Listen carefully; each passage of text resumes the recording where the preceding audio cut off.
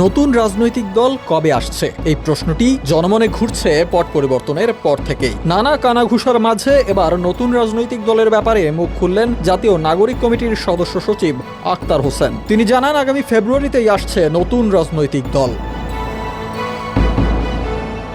23 জানুয়ারি বিকেলে রংপুরের Carmichael college, ইউনিয়া ও পীরগাছায় অধ্যয়নরত শিক্ষার্থীদের সঙ্গে মতবিনিময় শেষে সাংবাদিকদের এসব কথা বলেন তিনি। নিজেদের প্রতিনিধি সরকারে রেখে শিক্ষার্থীদের নতুন দল নির্বাচনে গেলে মানবে না অন্য রাজনৈতিক দলগুলো। গত 21 জানুয়ারি এমন মন্তব্য করেন মির্জা ফখরুল ইসলাম আলমগীর। এমন প্রেক্ষাপটেই নতুন রাজনৈতিক দলের ব্যাপারে সিদ্ধান্ত জানালেন আখতার হোসেন।